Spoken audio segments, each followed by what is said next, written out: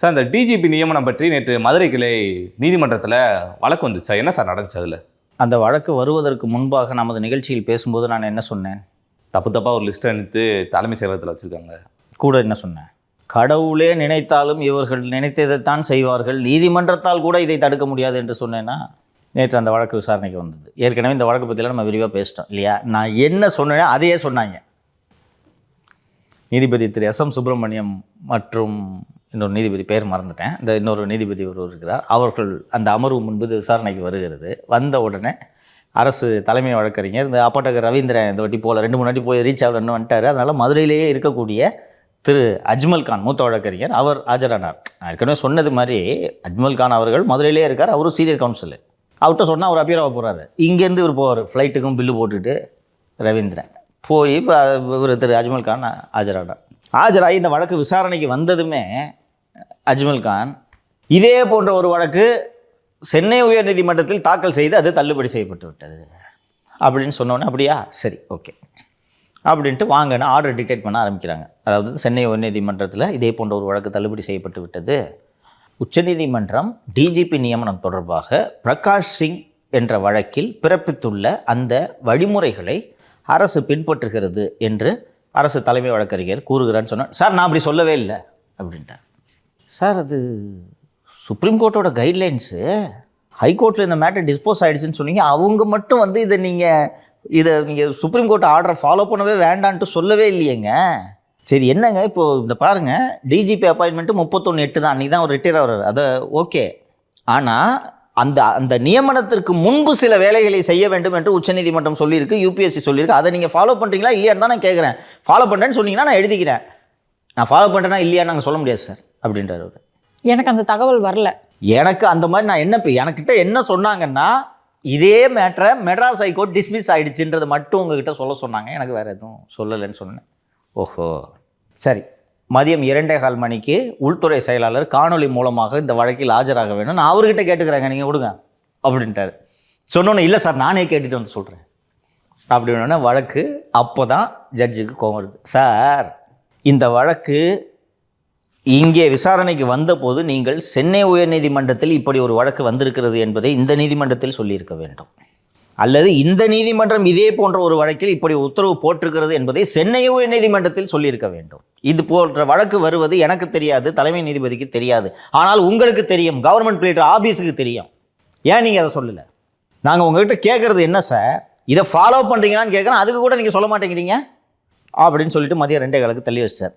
மதியம் 2:15 தள்ளி வைத்தவுடன் மீதும் 2:15 வழக்கு விசாரணைக்கு வந்த உடனே சார் நாங்கள் அதை ஃபாலோ பண்ணுறோம் என்று சொல்லிவிட்டார். உச்சநீதிமன்ற உத்தரவை ஃபாலோ பண்ணுறோம். அதாவது டிஜிபி நியமனத்துக்கு முன்பாக எடுக்கப்பட வேண்டிய நடவடிக்கைகளை எடுத்துக்கொண்டிருக்கிறோம்னு சொன்னோன்னே அதை பதிவு பண்ணிட்டார். அப்புறம் அந்த வழக்கு தொடர்ந்த யாசர் அராஃபத் என்ற அந்த மனுதாரரின் வழக்கறிஞர்கிட்ட நீங்கள் எதுவும் சொல்ல விரும்பலாம் கேட்டவுடனே, சார் 3 மாதத்துக்கு முன்னாடியே லிஸ்ட் அனுப்பணும் சார், இவங்க அனுப்பவே இல்லை சார் அப்படின்னு சொன்ன உடனே 3 மாதத்துக்கு முன்னாடி லிஸ்ட் அனுப்பணுன்றது தான் சட்டம், நான் எல்லா தீர்ப்பையும் எடுத்து வச்சுருக்கேன். அவர் சொல்கிறாரு 2006 ஒரு ஜட்ஜ்மெண்ட் வந்திருக்கு, 2022 ஒரு ஜட்ஜ்மெண்ட் வந்திருக்கு, 19 ஒரு ஜட்ஜ்மெண்ட் வந்திருக்கு, 22 ஒரு ஜட்ஜ்மெண்ட் வந்திருக்கு, அதுக்கப்புறம் ஒரு சர்க்குலர் வந்திருக்கு. தான் நான் எல்லாத்தையும் எடுத்து வச்சுருக்கேன், நான் படிச்சுட்டேன், நேற்றே வந்திருக்கு, அதை நீங்கள் ஃபாலோ பண்ணணுன்றது தான் சார் நாங்கள் உங்களுக்கு சொல்கிறோன்னே. சார் 3 மாதத்துக்கு முன்னாடி அனுப்பல சார் இவங்க அப்படின்னு சொல்லிட்டு சொன்ன உடனே then you have a good case. DGP நியமனத்திற்கு முன்பாக சில நடைமுறைகளை அரசு பின்பற்ற வேண்டும், இவர் நாங்கள் பின்பற்றுகிறோம் என்று சொல்கிறார். ஆனால் நீங்கள் 3 மாதத்துக்கு முன்னாடி அனுப்பணும், இன்றைக்கு வரைக்கும் லிஸ்ட் அனுப்பலன்ட்டு நீங்கள் சொல்கிறீங்க. அப்படி இருந்தால் வேறு யாரையாவது இவர்கள் நியமனம் செய்தால் நீங்கள் உடனடியாக இந்த நீதிமன்றத்தை அணுகுவதற்கு ஏராளமான தரவுகள் இருக்கும். இப்போது அரசு இது தொடர்பான நடவடிக்கைகளை நாங்கள் எடுத்து கொண்டிருக்கிறோம் என்று சொன்னதன் காரணமாக இது சம்பந்தமான கோப்புகளை வாங்கி அதை பார்ப்பதற்கு நாங்கள் விரும்பவில்லை. ஸோ அரசு தலைமை வழக்கறிஞர் உள்துறை செயலரிடம் கேட்டு நடவடிக்கைகளை எடுத்துக்கொண்டிருக்கிறோம் என்று சொல்கிறார். நாங்கள் அதை பதிவு செய்து கொள்கிறோம். அந்த வழக்கை முடிச்சு வச்சுட்டாங்க, ரைட்டா?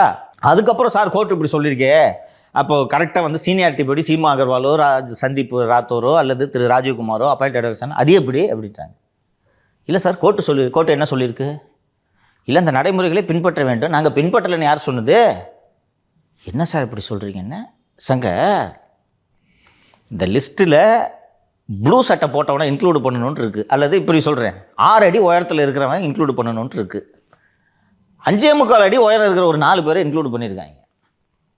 6 அடி இருக்கிறவன் தானே இன்க்ளூட் பண்ணணும்ட்டு சட்டம் சொல்லுது, சுப்ரீம் கோர்ட் சொல்லுது, யூபிஎஸ்சி சொல்லுதுன்னு கேட்டால், அப்படியா சாரி தெரியாமல் பண்ணிட்டேன்னு சொல்லிட்டு இருங்க திருப்பி அனுப்புறேன்னு சொல்லிட்டு திருப்பி 5.5 அடி இருக்கிறவனை 2 பேரை இன்க்ளூட் பண்ணி அனுப்புவாங்க. என்னையா திருப்பி 5.5 அடி இருக்கிறவனை இன்க்ளூட் பண்ணுறீங்க அப்படின்னு சொல்லும்போது, ஐயோ அப்படியா சாரி சார் இருங்க திருப்பி அனுப்புகிறேன் அப்படின்னு சொல்லுவாங்க. இதுக்குள்ளே 31/8 ஆகிடும். சங்கர் ஜிவால் ரிட்டையர் ஆகிடுவார். ரிட்டையர் ஆன பிறகு நீங்கள் ப்ரொப்போசல் அனுப்பி டெல்லிக்கு போய், மினிஸ்ட்ரி ஆஃப் ஹோம் அஃபேர்ஸுக்கு போய், சிவிசிக்கு போய், டிஓபிடிக்கு போய், இங்கேருந்து தலைமைச் செயலாளர், உள்துறை செயலாளர், டிஜிபி ஆகியோரெலாம் போய் அந்த எம்பேனல்மெண்ட் கமிட்டி மீட்டிங்கில் அப்பாயிண்ட் பண்ணி ஆவறது வரைக்கும் தமிழ்நாட்டில் டிஜிபி பதவி காலியாக இருக்க முடியாது. ஸோ அப்போ யாராவது ஒரு பொறுப்பு டிஜிபி போடணும். ஸோ அபய்குமார் சிங் இல்லைனா வெங்கட்ராமனை பொறுப்பு டிஜிபி போட்டு அருட்தந்தை உண்மையான டிஜிபியாக இருப்பார். நாடார் உறவின் முறை சங்கத்தின் ஆட்சி தமிழகத்தில் காவல்துறையில் நடக்கும். அவங்க நினைச்சதை செஞ்சிடுவாங்க. இல்லை சார் அப்போ கோர்ட்டு சொல்லியிருக்கேன். கோர்ட்டு என்னங்க சொல்லியிருக்கு? நடைமுறையை பின்பற்றுங்கள். பின்பற்றி கொண்டு தானே இருக்கிறோம். நீங்க அனுப்புனது அனுப்பிட்டீங்க. 5.5 அடி 5.25 அடி எல்லாம் அனுப்பிச்சிருக்கீங்க. 6 அடி தான் எங்களுக்கு தேவை. அவங்கள 3 பேரை ஒருத்தரை நாங்க செலக்ட் பண்ணி போட்டுக்கிறோம்னு யூபிஎஸ்சி சொல்லலாம்ல. யூபிஎஸ்சிக்கு இன்னும் போகல. நாங்க எங்களுக்குள்ளேயே வச்சுட்டு சரி பண்றோம், தப்பு பண்றோம், அது பண்ணிட்டு இருக்கோம். டிஜிபி அலுவலகத்துக்கும் தலைமைச் செயலகத்துக்கும் பிங்பாங் விளையாட்டு நடந்து கொண்டு இருக்கிறது. இங்கேருந்து அங்கே அடிப்பாங்க, அங்கேருந்து இங்கே அடிப்பாங்க. நீங்க சொல்றது கரெக்டு. நீங்க எத்தனை பேர் அனுப்பிச்சாலும் ஏன்பா பே மேட்ரிக்ஸ் 16ல் 30 வருடங்களை முடித்த டிஜி குற்றச்சாட்டுகள் நிலுவையில் இல்லாத 3 பேர் இவங்க தான். இந்த 3 பேரில் ஒருத்தர் டிஜிபியை போட்டுக்கணும். அவங்க உடனே அனுப்பிச்சிடுவாங்க. அங்கே போனால் தானே நாங்களே விளாண்டுக்கு இருப்போம். தப்பான லிஸ்ட் அனுப்பிச்சாங்கன்னு சொன்னல செக்ரட்டரியேட்டுக்கு. செக்ரட்டரியேட்லேருந்து இது தப்பான லிஸ்ட் திருப்பி இன்னும் டிஜிபி ஆஃபீஸ்க்கு போகல. இப்போ நீங்கள் தேதி என்ன? 15 இன்னும் 15 நாள். இதுக்கு உள்ள டிஜிபி ஆஃபீஸ்க்கு இவங்க அனுப்பி, டிஜிபி திருப்பி செக்ரட்டரியேட்டுக்கு அனுப்பிச்சு, செக்ரட்டரியேட்லேருந்து யூபிஎஸ்சிக்கு அனுப்பிச்சு, யூபிஎஸ்சி சிவிசி எம்ஹெச் டிஓபிடி எல்லாருக்கும் அனுப்பி, அதுக்கப்புறம் இங்கேருந்து தலைமைச் செயலாளர், உள்துறை செயலாளர், டிஜிபி எல்லாம் எம்பேனல்மெண்ட் கமிட்டி மீட்டிங்க்கு போய் இந்த 3 பேருன்னு இந்த 15 நாளில் தேர்ந்தெடுத்துருவீங்களா? நாளைக்கு 2 நாள் லீவா? 16 17 போச்சா? எங்கே இருக்குது டைம்? இதுதான் திட்டம். இப்போ கோர்ட்டு கேட்டால் சொல்லுவாங்கன்னா நாங்கள் ஃபாலோ பண்ணிட்டு தான் இருக்கோன்னு சொல்லுவாங்களா? அவங்க நினச்சது நடக்குதா? நான் சொன்னேன்னா கடவுளே நினைத்தாலும் இவர்கள் நினைத்ததை தான் செய்வார்கள், இவர்களை தடுக்க முடியும்னு சொன்னேன். வந்துருச்சா சார்? ஆனால் மறுபடியும் கூடுதல் டிஜிபியை நியமிச்சாங்கன்னா மறுபடியும் மதுரை உயர்நீதிமன்றத்தை நாடினோம்னா சிக்கல் தானே சார்? சிக்கல் தான்ப்பா. ட்ரை பண்ணி பார்க்குறது போய் நாடு.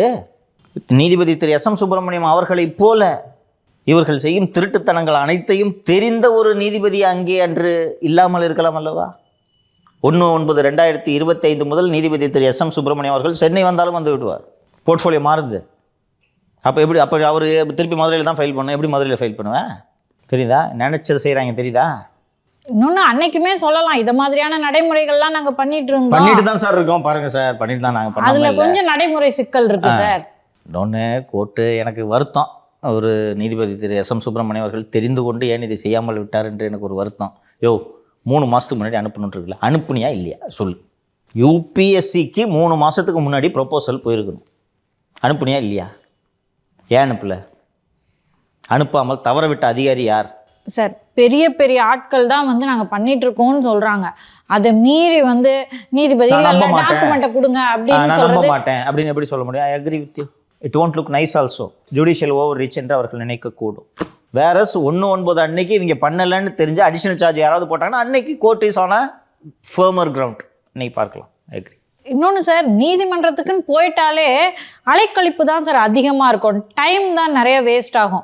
இப்போது இந்த தாம்பரம் கமிஷனரேட்க்கு ஒருத்தவங்க வாடகை கொடுத்துருந்தாங்க. அவங்களுக்கு வாடகை கொடுக்கணும் அப்படின்னு சொன்னதுக்கே இப்போ 2 வருஷம் டைம் கொடுத்துருக்காங்க பாருங்க. 2 வருஷம் டைம் கொடுத்துருக்காங்கம்மா. ஜஸ்டிஸ் ஆனந்த் வெங்கடேஷ் இருந்ததுனால அந்த டைம் கொடுத்தாங்க. இல்லைன்னா சிவில் கோர்ட்டுக்கு போன்னு சொன்னோன்னா 25 வருஷம் அந்த ஓனர் வீட்டை காலி பண்ண முடியாமல் அலைஞ்சிக்கிட்டு இருந்திருப்பாரு. எப்படி காலி பண்ணியிருப்பாங்க போலீஸ்?